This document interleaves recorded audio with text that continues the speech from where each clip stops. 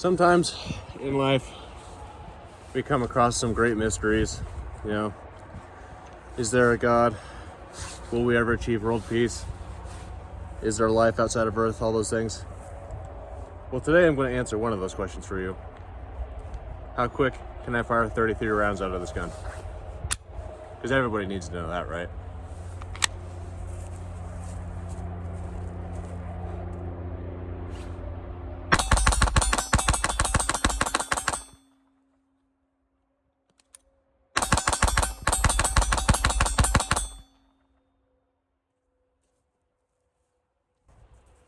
That fast.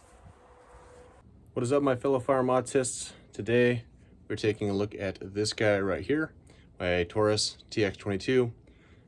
Cheap gun, very simple, very basic. But is it good though? That's what matters. Is it reliable? Is it accurate? Is it all of those good things? The editing on this one's probably gonna be a little bit weird. I've been shooting this off and on for the last few months, getting a feel for it, different scenarios and whatnot. Yeah, let's jump right into it. Check it out.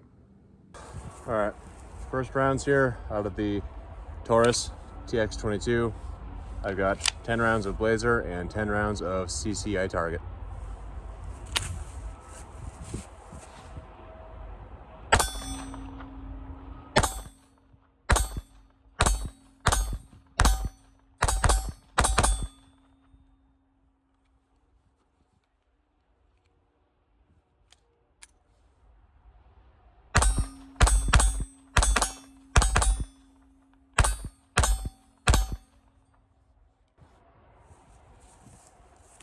Well, it didn't blow up, so that's a plus.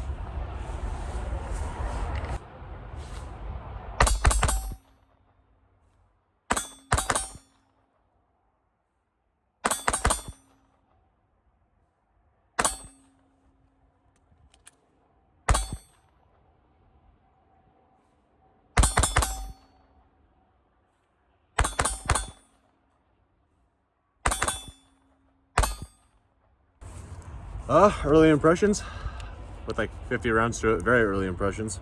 It's fun. I dig it so far.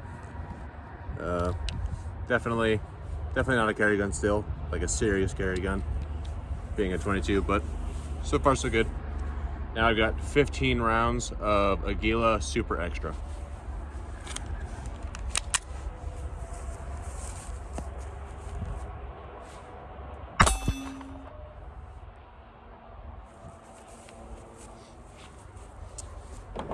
All right.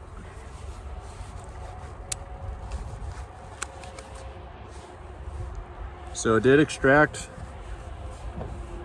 Failure to feed. Nothing came out of the chamber.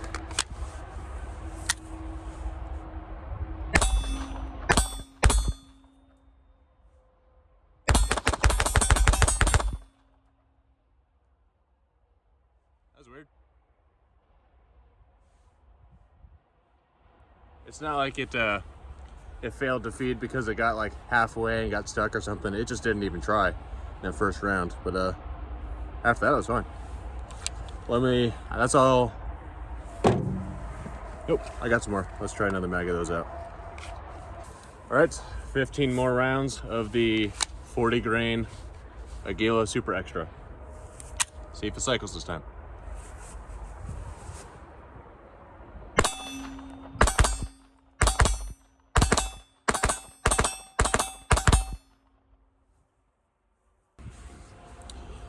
Okay, so far I kind of just been working under the assumption that these were 15 round mags.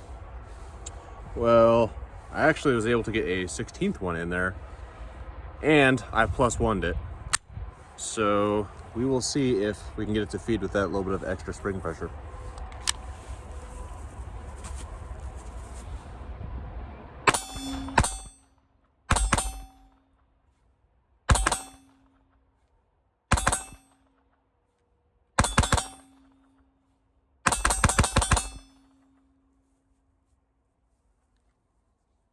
In an attempt to see how accurate this thing is, I was leaning up against the bed of my pickup, shot off the side of the bed, and it's hitting a little bit high left for me. So I was able to aim at this corner right here, and this is the group I shot. That was already there, ignore that. So this right here. Granted, I'm only 10, 15 yards away, but I did not record myself doing it because I was kind of just trying to move around fairly quickly, position to position, and I really had no way to set up the camera. But at 50 yards, I got a tree at 50 where I stood at. I went 5 for 5. I went out to 60. I think I was 4 out of 5. 70, I was 5 for 5. And then 80, I was 8 out of 11. So surprisingly accurate, despite really not liking the sights all that much. The trigger, let's do a Gar Anthem and Ghost of Trigger here a little bit. There's a lot of squish here. It's a little bit gritty too, but then you hit this wall. Oh. That was weird. There's a lot more grit there than I was expecting. Lots of travel, gritty. There's the wall. Not a lot of travel on it, on that wall.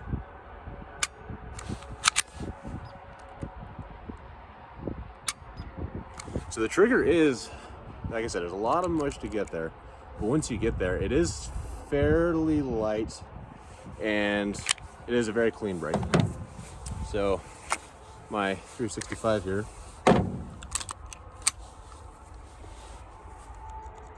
the mush is a lot lighter. There's probably a similar amount, but it's much lighter, it's a lot less gritty. But the brake, there's a little bit of a crunch. You see that? It's not just a firm wall, there's a bit of give to it. And then I brake at probably double the weight, honestly. I've never really had an issue with the 365 trigger, but gotta say, the TX22 trigger is surprisingly good. There's a lot of grit and a lot of just kind of garbage that like I said, that travel, it's not smooth. And when I was dry firing it, I really did not like that. But trying to use that out at range where I'm taking my time, working through that slowly, and then the brake is really what matters. It was pretty good, honestly. I was pretty shocked to be making hits out to 80 yards like that. I'm not gonna do it today. I would like to have somebody with me. I was starting to have a hard time hearing the impacts at 80. But sometime when I'm out here with someone who can listen for me, I can take out my ears or whatever. I'd like to try it at 100. I think it'd be very, very doable, surprisingly. I'm pretty sure you can see all that yummy goodness inside the chamber there. I've probably got 250 rounds on it so far. I did oil it before I started, obviously, so that the oil is going to attract some of that gunk a little bit more. Definitely a dirty gun. Neat little thing here. All those 22 rounds hitting the target and breaking up. You can see the line in the sand where all that spall goes. Clean up there, clean back here, just right in line. So I don't remember if I mentioned this or not yet, but the end of the barrel is threaded. And normally there's just a thread protector on here from factory, but it comes with this piece that allows you to have 1/2 by 28 threads on here.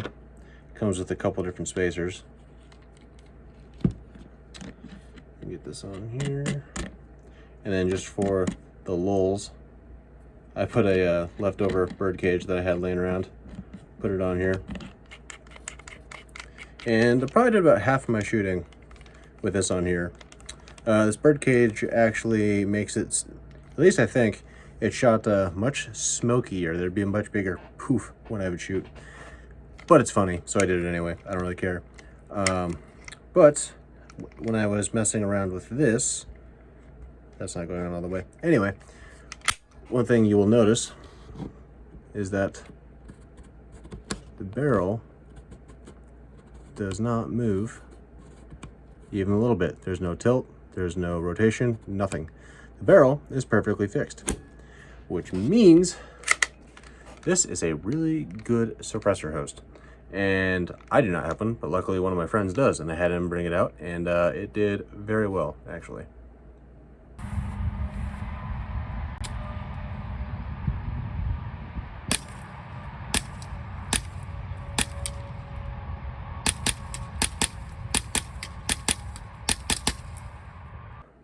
My attitude with shooting suppressed 22s is like, yeah, I'm sure it's going to be fun, but it's still a 22 at the end of the day, who cares?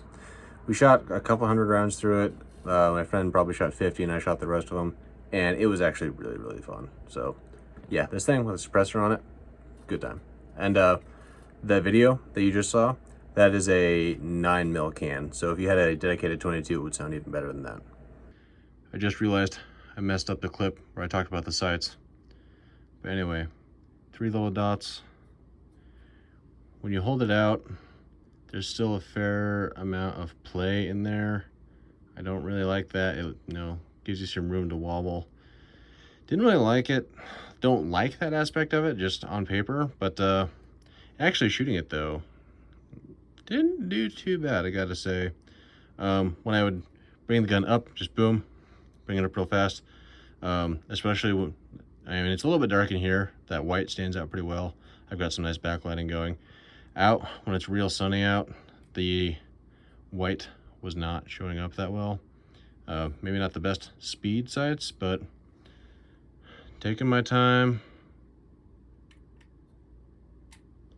you're able to get a decent sight picture, fairly accurate with them. Ignore the fuster clock behind me. I'm in the middle of getting some reloading done. But in summary, would I recommend this? You know, I really wanted to be able to shoot on this thing, being a Taurus, just being a cheap gun. I really wanted it to fail because I just to be funny, you know, it's a Taurus, make fun of the pores, whatever. But this thing did really well. It's got a pretty solid trigger. There's a bit of mush here, but once you get to the wall, it's a pretty clean click. It's got a good trigger. I was making regular shots at 80 yards. I even got one at 100, which I can't even do that with either of my 9mm. So this stupid little thing hitting at 100 is just astounding. I know another guy, got a friend who's got one. He loves his. Mine, we've got over 1,000 rounds through it. You know, someone puts 200 rounds through their gun and says they've never had an issue. No one cares. But I've got at least 1,000 rounds out of a 22 with no issues. That's actually pretty impressive, you know. With the flash hider, non-flash hider, lots of different ammos. Suppressed everything. I think I lubed it once about halfway through, but it's doing its thing. It really is. I gotta say I'm impressed. Yeah, I obviously don't get this for home defense. It's a 22. That's not a good idea. But for a range toy, teaching someone how to shoot, just screwing around, varmints in the yard, absolutely. Yeah, I gotta say, for $200, I think is what these are now. Gotta say, it's a good one. For $200, it's worth the buy. Thank you for watching. Thank you for making it to the end. If you liked the video, do all the things. If you didn't like it, block my page. I don't care. Yeah, I will see all of you in the next one.